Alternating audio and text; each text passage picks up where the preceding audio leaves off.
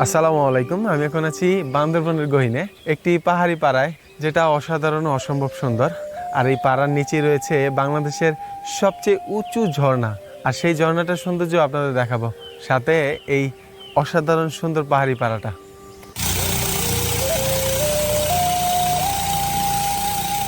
শহরের কোলাহল পেরিয়ে চলে এসেছি বান্দরবনের এক গহীন পাহাড়ি পাড়ায়। এখানে পৌঁছাতে শারীরিক শক্তির সাথে মানসিক শক্তিও জরুরি। এখানে সময় চলে প্রকৃতির নিয়মে, আর মানুষ বাঁচে মাটির কাছাকাছি। এই পাড়ার নিচেই রয়েছে বাংলাদেশের সবচেয়ে উঁচু ঝর্ণা লাংলক। আর পাহাড়ের উপরে ছোট্ট এই পাড়ার নাম পাওপাড়া, যেখানে বসবাস করে খুমি সম্প্রদায়ের 28টি পরিবার, যারা মূলত খ্রিস্টান ধর্মের অনুসারী। আজকে থাকবে তাদের জীবন আর সংগ্রামের গল্প, সাথে দেখব বাংলাদেশের সবচেয়ে উঁচু পাহাড়ি ঝর্ণার সৌন্দর্য। চলুন শুরু করি আজকের এই যাত্রা বান্দরবনের গহীনে অজানা সৌন্দর্যের খোঁজে।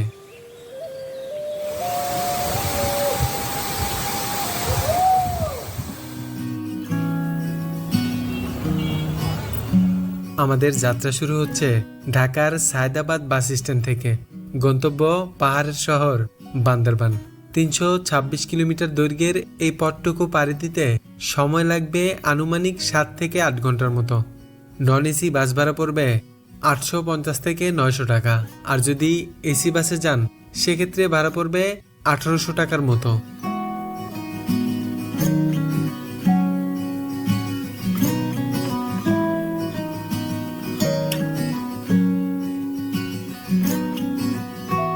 মাত্রই বাস থেকে নামলাম বান্দরবন বাস স্ট্যান্ডে।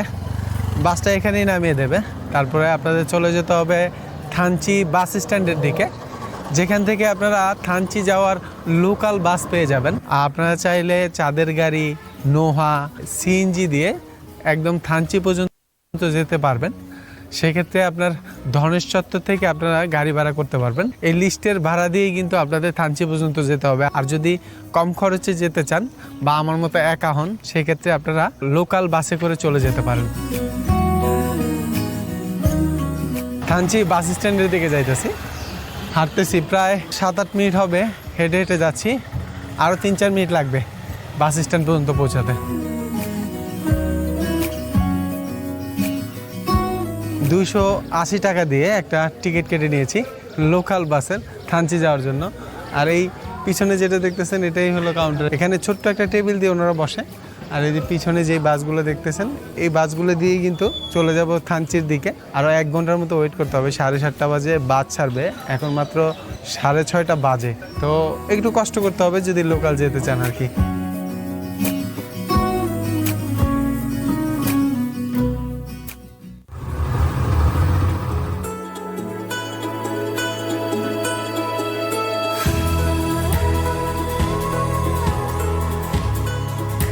বান্দরবন শহর থেকে থানচির উদ্দেশ্যে দিনের প্রথম বাসটি ছেড়ে যায় সকাল 7:30 এরপর 1 ঘন্টা 30 মিনিট পর পর বাসগুলো ছেড়ে যায় থানচির উদ্দেশ্যে।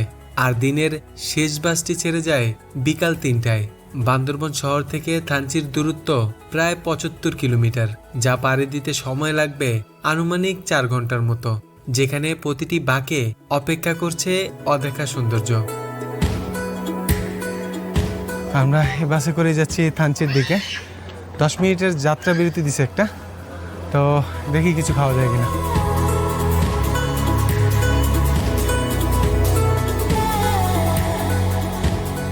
থানচির পথে চলতে চলতে প্রথমেই নামতে হয় ওয়াই জংশন আর্মি ক্যাম্পে। এখানে জমা দিতে হয় জাতীয় পরিচয়পত্র। এরপর আবারও শুরু হয় যাত্রা। পাহাড়ি সৌন্দর্যের মাঝে এগিয়ে গেলে সামনে আসে বলিপাড়া বিজিবি ক্যাম্প। এখানে নামতে হয় বাস থেকে। 5 টাকা একটি ফর্ম কিনে সেখানে লিখতে হয় নিজের কিছু তথ্য, সঙ্গে জমা দিতে হয় জাতীয় পরিচয়পত্র। এরপরের রাস্তাটা যেন শুধু সৌন্দর্যের মায়াজালে আপনাকে আটকে রাখে, যেখানে পাহাড় আর সবুজের মেলবন্ধন প্রতিটি মুহূর্তকে করে তোলে অনন্য।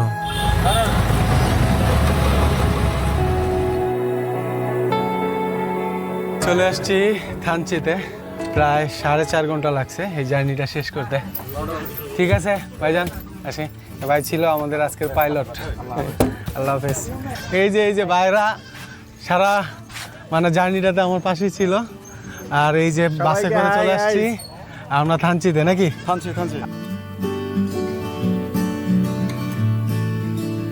বাস থেকে নেমে চলে আসছি এই যে গাইডের যে অফিস আছে, মানে এখান থেকেই আপনার গাইডের এন্ট্রি করে তারপরে নিয়ে যেতে হবে, তারপরে আবার ওই যে থানা থেকেও এন্ট্রি করতে হয়। তো এই জায়গা থেকে আপনাদের আইডি কার্ড দিতে হবে 2 কপি, তারপরে এখানে আপনাদের একটা ফর্ম দিবে, ফর্মে আপনার নাম, মোবাইল নাম্বার এগুলো লিখতে হয়। গাইডের অফিসের যে কাজ ছিল সেগুলো শেষ করে এখন যাচ্ছি পাশেই থানা আছে, থানচির যে থানা, ওইখানে যেতে হবে এন্ট্রি করার জন্য।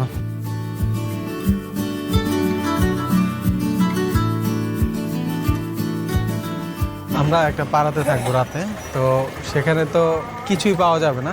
তো এই জায়গা থেকে, এই থানচি বাজার থেকেই আপনাদের প্রয়োজনীয় আপনারা যা খেতে চান এগুলো এখান থেকে নিয়ে নেবেন। কিছু জিনিসপত্র কিনে নিয়েছি যেগুলো পাড়াতে রান্না করে খাবো। আর এখন যাচ্ছি নৌকার যে ঘাট আছে ঘাটের দিকে।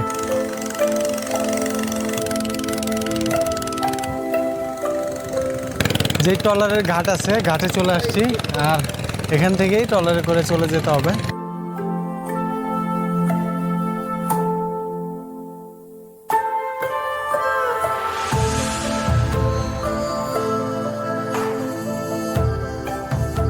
বান্দরবানের প্রাণ সাঙ্গু নদী, একমাত্র নদী যা পাহাড় থেকে নেমে দক্ষিণে গিয়ে মিশেছে বঙ্গোপসাগরে। মিয়ানমারের আরাকান পাহাড় থেকে উৎপন্ন হয়ে নদীটি বাংলাদেশে প্রবেশ করেছে থানচি সীমান্ত দিয়ে। প্রায় 294 কিলোমিটার দীর্ঘ এই নদী পাহাড়, সবুজ বন আর অসংখ্য ঝর্ণার পাশ দিয়ে বয়ে চলেছে অপূর্ব সৌন্দর্যে।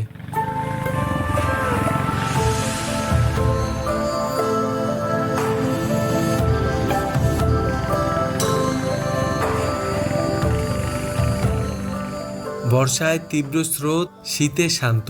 সাঙ্গু নদীর রূপ বদলায় ঋতুর সঙ্গে। নদীর তীরবর্তী মানুষের জীবন এখনো মিশে আছে প্রকৃতির নিবিড় ছোঁয়ায়। আর আমাদের ট্রলারটি ছুটে চলেছে বাঘের মুখ নামের এক অনন্য জায়গার উদ্দেশ্যে। সেখান থেকেই শুরু হবে আমাদের পাহাড় ট্রেকিং এর মূল যাত্রা।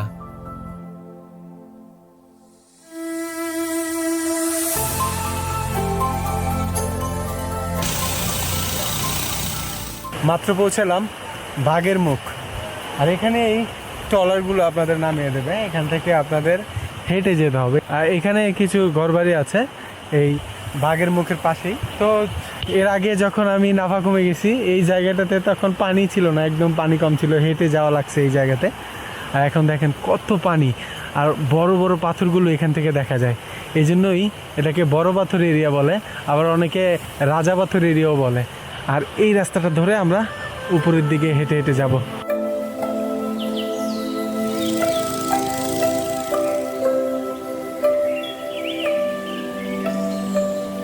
বাঘের মুখ অসাধারণ এই জায়গায় পাহাড়ি প্রকৃতির মাঝে তৈরি হয়েছে কয়েকটি ঘরবাড়ি, যেখানে পর্যটকদের জন্য রয়েছে থাকার ব্যবস্থা।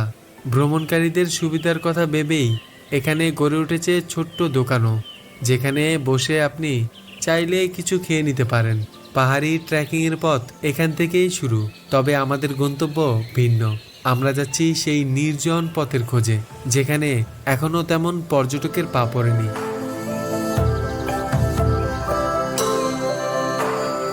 মানে আপনারা নিজেরা থাকার জন্য নাকি পর্যটকদের জন্য? পর্যটকরা আসলে এটাতে থাকতে দিবেন না? আচ্ছা, এই এই জায়গাটাতে যে ঘরগুলো আছে এটা কত বছর হবে সবাই আছে এখানে? 4 বছর হয়েছে। 4 বছর হবে না? না, এর আগে যখন আসছিলাম, যখন একদম নাফাকুম গেছিলাম দাদা, বুঝছেন, তখন কিন্তু এতগুলা ঘর ছিল না, কম ছিল মানে না। এখন মনে হয় নতুন করে হয়েছে অনেকগুলা। পর্যটক আসে দেখে এই জন্য করছে সবাই না?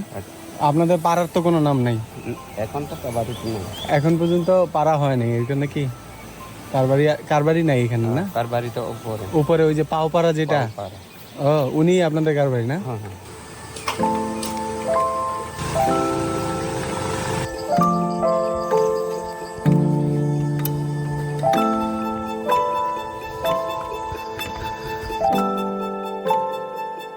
আমরা 1 লিটার পানি নিয়ে আসছিলাম, আর এই ঝিরি থেকে মানে পানিটা প্রায় শেষ হয়ে যাবে এরকম অবস্থায় ছিল, আবার ঝিরি থেকে ভরে নিলাম।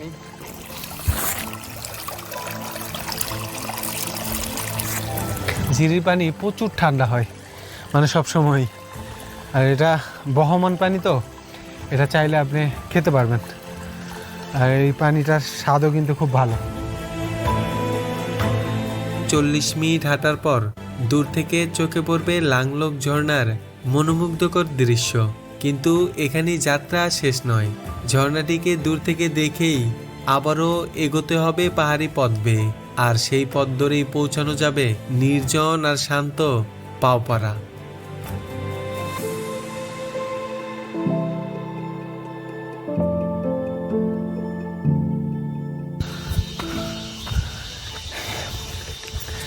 একটা পাহাড় উঠে আসছি, তারপরে আবার আরেকটা পাহাড় উঠতেছি, কিন্তু এই পাহাড়টা একেবারে জঙ্গল চারিদিকে। আপনারা এই নীরব একদম শুনশান একটা পাহাড় দেখতে পাবেন এই জায়গাতে।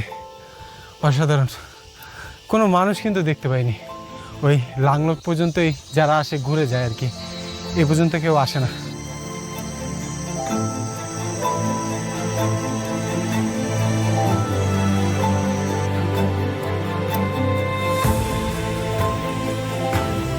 এরা এই কি কোনো পর্যটক নিয়ে আসছেন এই জায়গায়? এই জায়গায় না, কোনো টুরিস্ট আনি নাই।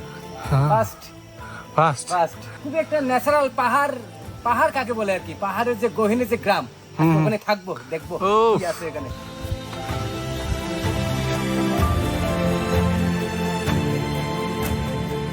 এই দেখেন এরকম খাড়া পাহাড় বেয়ে উঠতেছি, মানে মনে হচ্ছে একদম আকাশের দিকে উঠতেছি।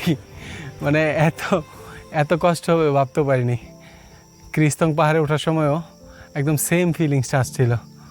এখনও কষ্ট লাগতেছে, চারিদিকে জঙ্গল, আবার এখন জোকেরও উত্তাপ বেড়ে গেছে, খুব দ্রুত উঠতে হবে।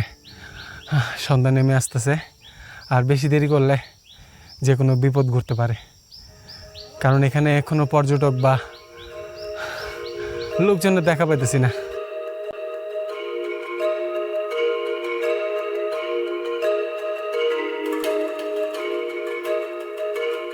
এই পাড়াটা দেখার জন্যই 3টা পাহাড় পাড়ি দিতে হয়েছে। এই পাড়াটা আমার কাছে খুবই বেশি ভালো লাগছে, মানুষগুলো খুব আন্তরিক। রাস্তায় আসার সময় দেখলাম বসার জায়গা করে রাখছে, পর্যটকরা রেস্ট করতে পারে এই জন্য। আর এই যে দেখেন পাড়ার সৌন্দর্য অসাধারণ। এখন গুড়ি গুড়ি বৃষ্টি হচ্ছে, আর এই বৃষ্টির মধ্যেই আমরা চলে আসছি পাওপাড়াতে। আমরা আজকে এই রুমে থাকবো। করিম ভাই এখানে থাকবো না আজকে? দিনের বেলাও এই রুমগুলোতে অনেক অন্ধকার থাকে, আর বৃষ্টিটা মানে গুড়ি গুড়ি পড়তে আছে, কমতেছে না। পাড়াটা কিন্তু খুব সুন্দর। এত কষ্ট করে হাইটে আসছি পাড়ার সৌন্দর্য দেখার জন্য। আর এই পিছনে যেই ঘরটা দেখতেছেন, এখানেই আজকে রাত্রি যাপন করব।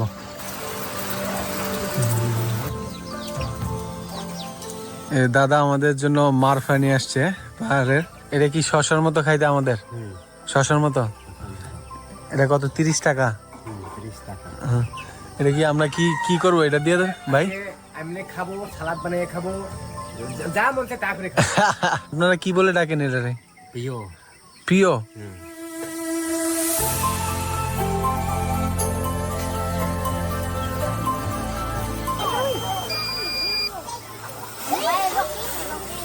ধরবা তোমরা? ধরো। ছোটরা বাংলা বোঝে? বোঝে না? ওরা বাংলা বোঝে? বোঝে না? তোমরা বোঝো না? সবাই ড্রোন উড়ানো দেখতে চলে আসছে, আর পুরো পাড়ার সব বাচ্চারা চলে আসছে এই একই জায়গাতে। দেখেন, তাই সবাই চকলেট দিলাম। আর এই যে এইখানে দেখেন পুরো এরিয়াটা জুড়ে কিন্তু পাড়া রয়েছে। পাড়াটা কিন্তু মোটামুটি বড় অন্যান্য পাড়া থেকে। তো পাড়াটা ঘুরে ঘুরে দেখবো, আপনাদেরও দেখানোর চেষ্টা করব।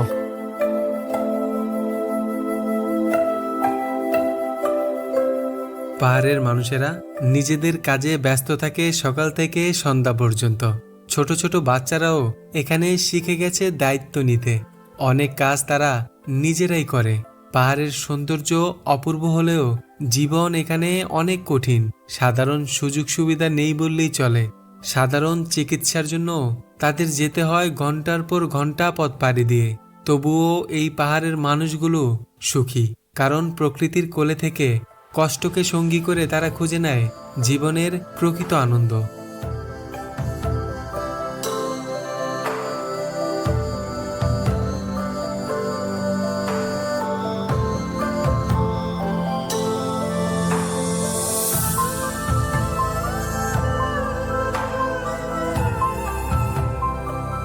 রাত হতেই পাহাড় একদম অন্যরকম, নীরব আর নিঃশব্দতা ছড়িয়ে পড়ে চারিদিকে।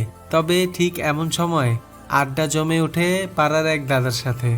বাগের মুখ থেকে হাইটে আসলে কতক্ষণ লাগে আপনাদের? এখন তো 40। 40 মিনিট লাগে। আমাদের 2 ঘন্টা 2.5 ঘন্টা লাগছে।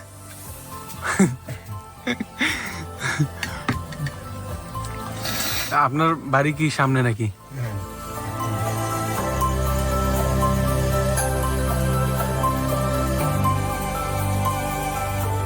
আমাদের আজকে কি ভাত, শশা সালাদ, শশা না মারফা, মারফার সালাদ, এবং মারফা কাটা দিয়ে আমরা আস্তা খাবো, এরপরে ডিম বুনা। মারফার সালাদ আছে, ডিম ভুনা আছে।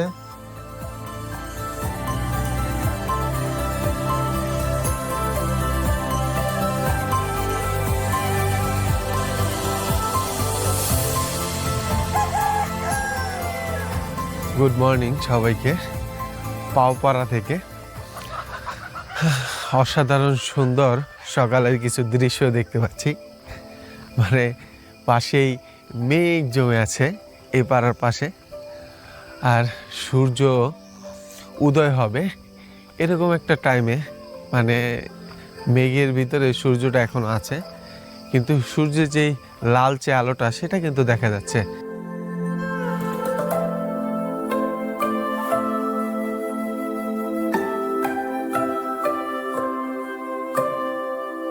ভোর হতেই পাহাড়ের মানুষেরা ছুটে যায় নিজেদের কাজে।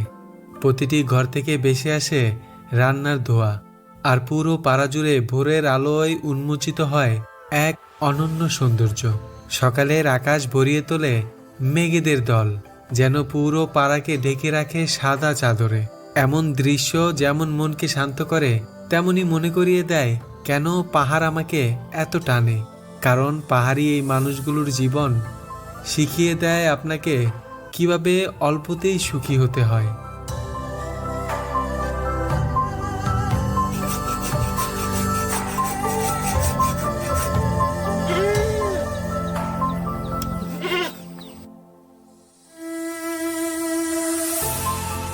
সকাল থেকে ঘুরে ঘুরে দেখতেছি অলরেডি সূর্য উদয় হয়ে গেছে। এ পাড়ার মানুষগুলো খুবই আন্তরিক। এখানে কিছু সমস্যাও আছে, সেটা পানির সমস্যা। পানি খুব সহজে পাওয়া যায় না আর কি, জিরি থেকে আনতে হয়।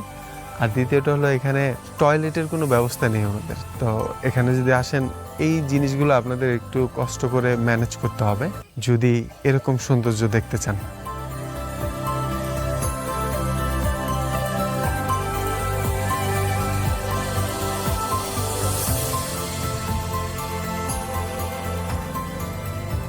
অলরেডি ব্যাগ ট্যাগ গুছিয়ে নিছি আর আমরা বেরিয়ে যাচ্ছি।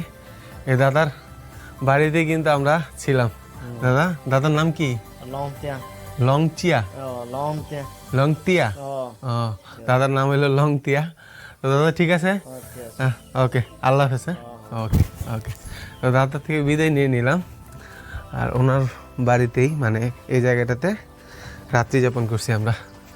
দাদা খুবই ভালো লোক, আসলে থাকছি, ওনার সুযোগ সুবিধা ভালোই দিছে। এখানে ওইরকম টুরিস্ট আসে না, তো যারাই আসে ওনারা এখানে থাকতে পারবেন আপনারা।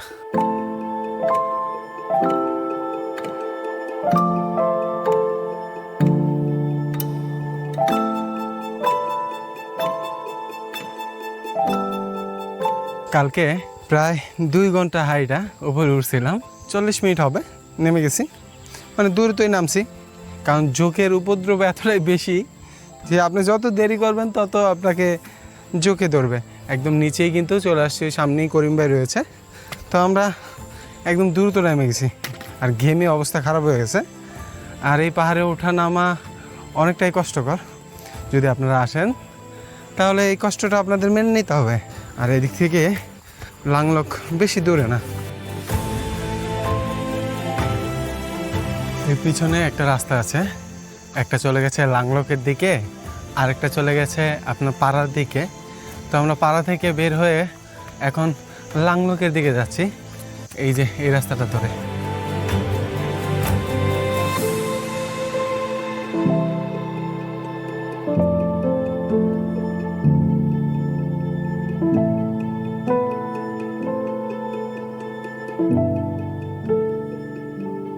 একদম ঝর্ণার সামনে আছি। এখানে বিশাল বড় একটা পাথর আছে, আর এই পাথরটার উপরে একটা গাছ আছে, গাছের শিকড়গুলো দেখা যাচ্ছে এখান থেকে, আর সেই শিকড়গুলাই এই পাথরটাকে ধরে রাখছে আর কি। মানে খুবই চমৎকার, একদম সরু একটা রাস্তা, এই রাস্তা দিয়ে আপনাদের আসতে হবে।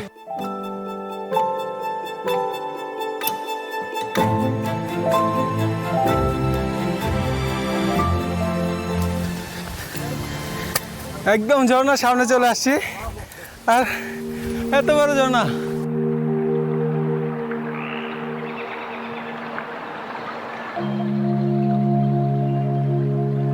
বান্দরবনের থানচি উপজেলার পাহাড়ের গভীরে সবুজের অরণ্যের মাঝে লুকিয়ে আছে মহিমান্বিত লাংলক ঝর্ণা, স্থানীয়ভাবে যাকে বলা হয় খুমজা।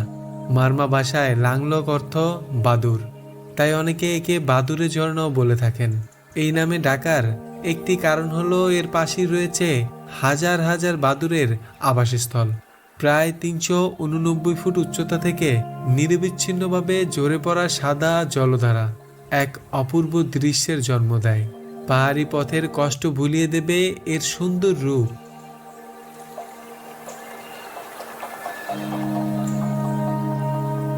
লাংলক ঝর্ণার সামনে আছি।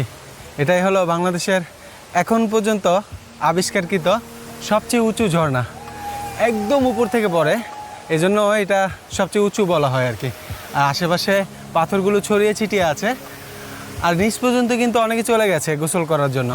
মানুষ কিন্তু খুব এনজয় করতেছে। আর এটার নিচে গোসল করা মানা আছে, কারণ যে কোনো সময় পাথর পড়তে পারে উপর থেকে, এজন্য মানা করে অনেকে। তো আপনারা যদি চান আশেপাশে যেয়ে বা নিচে যেয়ে গোসল করতে পারবেন।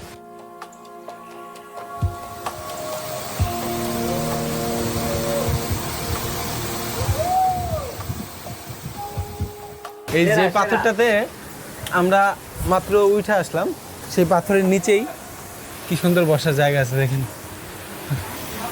এখান থেকে বসে বসে আপনারা এই যে ঝর্ণা উপভোগ করতে পারবেন, অসাধারণ জায়গা। আর এখানে ঠান্ডা লাগে না?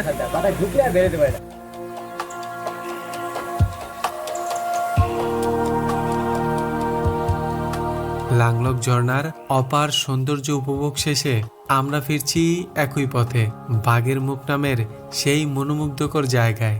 এখান থেকে আমাদের ট্রলার নিয়ে যাবে থানচির উদ্দেশ্যে। পুরো ভ্রমণের খরচের বিস্তারিত পাবেন ভিডিওর ডেসক্রিপশনে, সাথে গাইডের নাম্বারও।